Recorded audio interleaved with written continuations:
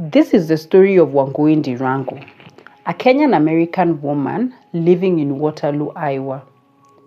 During a visit to Kenya, she lost all three of her children.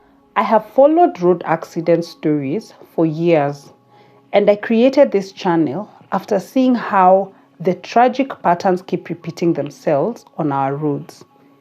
In this story, we will walk through what happened, how the family's life was shattered in a single night, and take a hard look at the truck driver and the companies behind these preventable tragedies on our roads. Welcome to Fatal Journeys, where we honor the lives behind the headlines and seek light in the stories that ended too soon. Wangui Ndirangu, known to her friends and family as Koi, was a mother who loved her children fiercely. She wanted them to know where they came from, to understand their roots. That is why every year during the holidays, she brought them back home to Kenya. This year's visit was different, but no one knew it yet. As always, the family gathered at the airport to receive them. You see, Koi came from a close, tight-knit family, and her presence had a way of turning ordinary days into celebrations. Relatives filled the house, friends stopped by. Koi made time to visit old friends and former schoolmates. The house was louder, warmer, full of laughter. Her children, Kairu, Emmanuel, and Njeri, were bursting with energy. Their cousins remembered them as fun to be around and very playful. They spent hours running around, having pillow fights, playing roadblocks on their phones, racing each other, jumping on trampolines, doing the things children their age naturally do. Koi watched them closely, laughing along, soaking every moment, even in the smallest detail, like packing bags, deciding what to eat, joking about who would sit where in the car. Koi was present.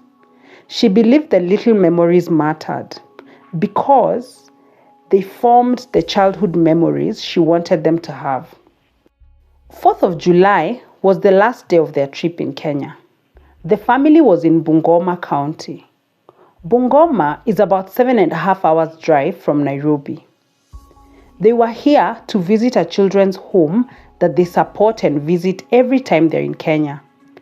This was a very meaningful trip for Koi. They said goodbye to the children and staff at the Bungoma children's home, promising to see them the following year, not knowing this would be the last time they would be together. They left for Nairobi. Tomorrow, they would travel back to Waterloo. For this trip, they hired a van for their journey. Koi and Christopher, now Christopher was Kairu's father, was seated directly behind the driver, while the three children were seated at the back. The journey began as usual. Christopher and Koi joking and chatting with the children. Close to midnight, on the highway near Syosambu Gilgil, out of the darkness, an oncoming trailer truck trying to overtake veered into their lane. Koi's family driver saw it instantly and knew there was danger. He swerved to avoid the head-on collision, a split-second decision. He managed to avoid the direct impact, but could not escape the crash. The trailer truck struck the middle of the van with devastating force, causing it to roll. Tragically, Emmanuel died instantly on the scene. Kairu and Njeri were rushed to the Nakuru Women's Hospital. Kairu was placed on life support, but despite the doctor's effort, he succumbed to his injury. Njeri, 16, sustained severe head injuries and was transferred the following morning to the Nairobi hospital for specialized care. Njeri and Emmanuel's father, Darwin, who had not been in Kenya during this visit, received the devastating news and immediately made plans to fly in. Every update from the doctors was followed closely, each one carrying the same fragile hope that she would celebrate her 17th birthday. You see, Njeri's 17th birthday was only a few months away, on March 16th. This was a painful reminder of the milestone the family still believed they may reach. As Njeri fought for her life, support began pouring in. Phones rang constantly. Calls from friends, relatives, neighbors, all offering prayers and support and any help they could provide. Messages moved quickly through WhatsApp and personal networks, connecting people across time zones. In Kenya, family members and friends gathered at the hospital and at the scene of the accident, struggling to understand how such a tragedy could have happened and trying to support Koi, Christopher, and Darwin in any way they could. At the same time, word reached Waterloo, Iowa, where Koi, Christopher, and the children lived. The community there was shaken. Prayer meetings were organized, and an online fundraiser was set up to help the family. A balloon release ceremony was held in Waterloo to honor Kairu and Emmanuel, because at this stage, Njeri was still fighting for her life. As friends, classmates, and neighbors came together in shared grief and solidarity. On 16th of January, after 10 days of fighting, Njeri sadly passed away, exactly 2 months shy of her birthday. In a span of only 2 weeks, Koi had lost all 3 of her children. Christopher had lost his son and 2 stepchildren he helped raise from when they were young, and Darwin had lost his 2 children, who he loved dearly.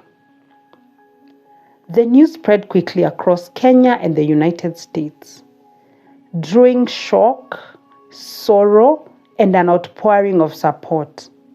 In Kenya, daily prayer meetings were held at ICC Church from 5 to 7 p.m. and national news stations covered the story extensively. In Waterloo, messages of condolences, financial support, balloon ceremonies, and memorial gatherings continued, as 2 communities, separated by distance but united in grief, mourned an unimaginable loss. The memorial service was held on 24th of January at ICC Church in Nairobi. The community gathered in overwhelming numbers. Family, friends, neighbors, and even strangers who had heard of the tragedy and came to mourn and support them. The hall was heavy with grief. People cried uncontrollably. Hugs were tight. Shoulders shook from the crying. At the center of this stood Koi, Christopher, and Darwin, heartbroken, inconsolable. Tears flowed freely through the tribute session as cousins, aunties, uncles, friends, and even schoolmates presented their tributes. They shared fond memories of the children, like their curiosity, their joy, their laughter, now recalled only in memory. Koi held herself together as best as she could. Her eyes were empty, yet full of unbearable pain. When Koi's turn came to speak, she wished she did things differently. She wished she could turn back time. She said that if she knew what would have happened, she would have done many things differently. In truth, Koi had done everything right. Kairu's father, Christopher, broke down in many tears. Emmanuel and Njeri's father, Darwin, was overcome with pain.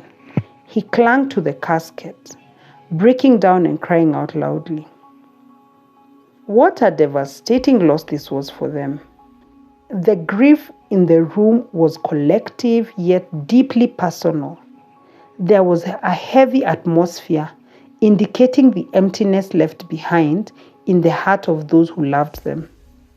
The bodies of the 3 children were cremated at Kairu in Nairobi on the same day. This is a tragic story that affected many people and caused so many hearts to bleed.